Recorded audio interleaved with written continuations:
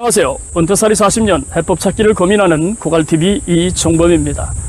오늘은 야외에서 오프닝을 하게 되었습니다. 강의 일정이 잡혀서 금산에 내려왔거든요. 막상 이렇게 카메라를 설치하고 보니까 매미소리도 들리고 뒤에는 또 강물이 흘러서 물소리도 흘리고 정말 좋습니다. 오늘 여러분과 나눌 이야기는 50에서 59세 사이에 퇴직한 가구주들이 자신이 보유한 순자산으로 몇 년이나 버틸 수 있는지 살펴보도록 하겠습니다.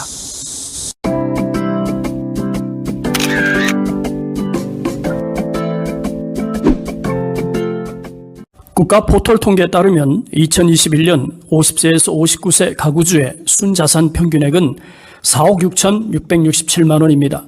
이 금액이 영원히 되는데 걸리는 기간이 오늘 알아볼 자산 수명입니다. 단순 계산으로 노후 생활비를 매월 200만 원씩 쓴다고 가정하면 약 233개월분의 생활비를 쓸 수 있는 돈이죠. 그러니까 60세에 은퇴하고 19.4년이 지난 79.4세가 되면 자산이 모두 소진되기 때문에 이를 두고 자산이 수명을 다했다고 표현하곤 합니다. 80세도 되기 전에 자산이 모두 없어진다면 난감할 수밖에 없겠죠. 그렇다면 답이 나왔습니다.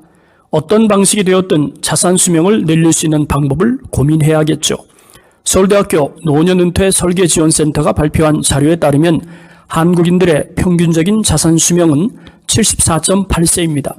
2020년 기준으로 우리나라 평균 기대 수명이 83.5세니까 이론적으로 퇴직 자산이 소진된 상태에서 약 9년을 더 산다는 이야기가 되겠죠.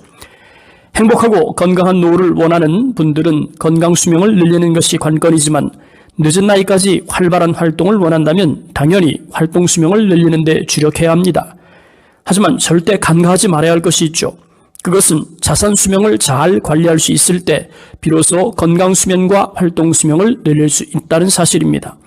그렇다면 자산 수명을 1년이라도 더 늘리기 위해 주목해야 할 것이 있지 않겠습니까?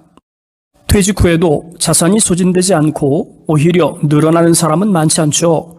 대부분의 퇴직자는 해마다 자산이 줄어드는 것이 일반적입니다. 문제는 자산이 소진되는 속도입니다. 특히 4가지 변수는 자산이 소진되는 속도에 지대한 영향을 미치기 때문에 예민하게 살펴야겠죠.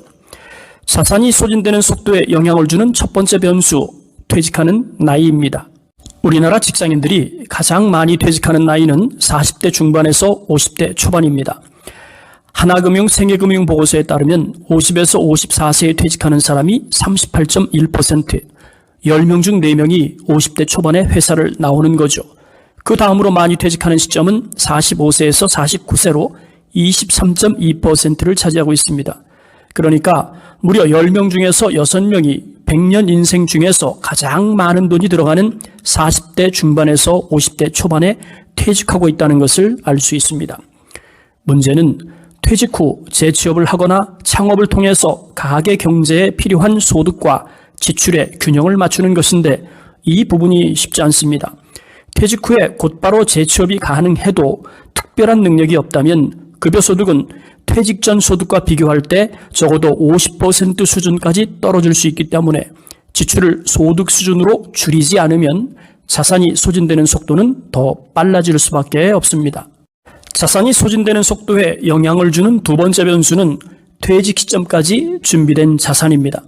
물론 자산이 많으면 사망하는 그날까지 자산 수명 걱정 없이 여유롭고 행복한 삶을 영위할 수 있죠. 하지만 현실은 그렇지 못합니다. 대부분의 퇴직자는 자산만으로는 수명이 다하는 평균 기대 수명 83.5세를 채우지 못합니다. 혹시라도 서울대학교 노년은퇴 설계지원센터에서 예측한 것처럼 74.8세에 자산이 모두 소진된다면 인생의 마지막 9년은 경제적으로 매우 큰 위험에 처할 수 있다는 결론을 얻을 수 있습니다. 자산이 소진되는 속도에 영향을 주는 세 번째 변수, 물가상승률입니다. 요즘 물가상승으로 인한 가계 압박 엄청나죠. 코로나와 우크라이나 전쟁이 겹치면서 지구촌이 인플레이션 위험에 빠졌던 상황입니다.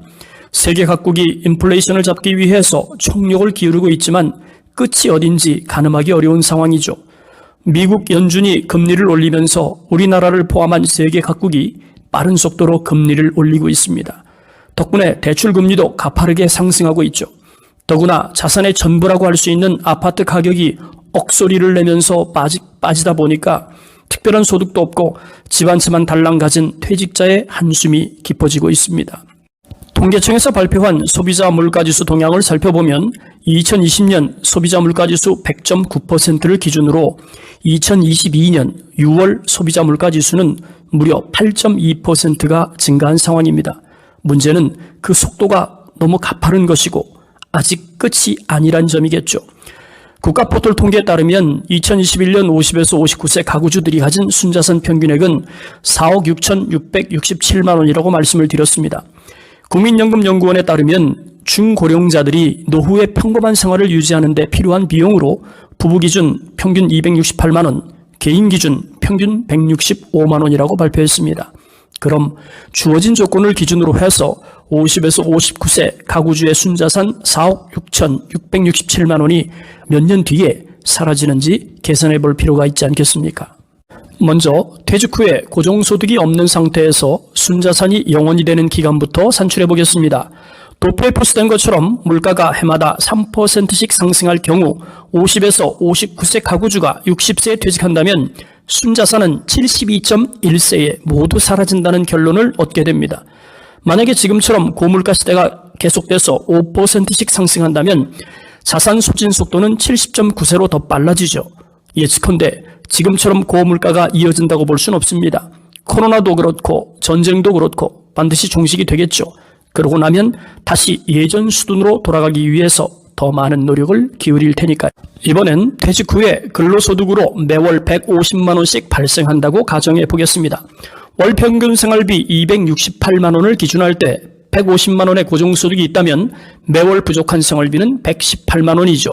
그렇다면 3%의 물가 상승이 발생할 경우에 순자산이 소진되는 기간은 22.9년으로 소득이 없을 때보다 10.8년이 늘어나는 걸 알 수 있습니다. 이번엔 극단적인 조건이긴 하지만 다른 자산은 전혀 없고 딸랑 집 한 채만 갖고 있다고 가정해 볼까요?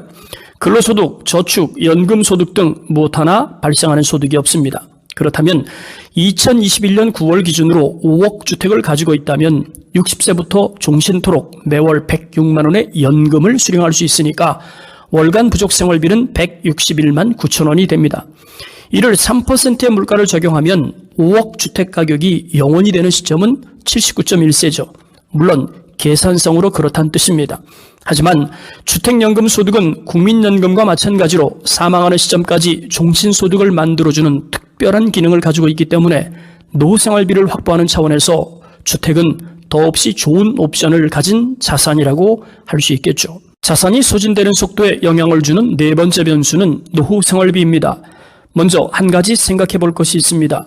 퇴직한 후에 소득이 줄어드는 만큼 생활비 지출도 줄어든다고 보는 게 타당하기 때문에 소비 감소 비율을 적용해 보겠습니다. 은퇴 전에 노후 생활비 268만 원 기준으로 퇴직 후에 소비 감소분이 반영되지 않은 상태에서 근로소득이 150만 원이라면 자산이 소진되는 자산 수명은 물가 3% 기준으로 82.9세였어요.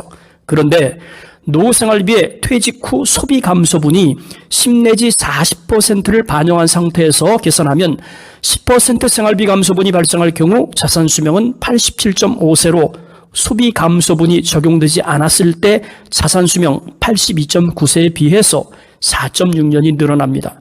하지만 평균적으로 보면 은퇴 후에 소비 감소분을 40%로 보기 때문에 이를 반영한다면 자산 수명은 무려 142.4세로 대폭 증가하는 만큼 언제 사망하든 자산이 남는다는 이야기가 됩니다. 퇴직 후에 어떤 소득이 되었든 매월 150만 원 이상의 소득을 발생시켜야 합니다. 그렇게 되면 소비 감소분이 적용된 방식으로 생활비를 지출할 경우 사망하는 그날까지 자산이 소진되지 않고 남아서 자녀에게 물려줄 수 있다는 결론을 얻을 수 있으니까요. 물론 변수는 있습니다. 건강 이상으로 의료비, 목돈이 지출이 되면 지금까지 계산한 것은 부용지물이 되고 말겠죠. 그러므로 건강관리에 최선을 다하면서 일하는 노후가 되었으면 좋겠습니다. 오늘 영상 여기까지입니다. 감사합니다.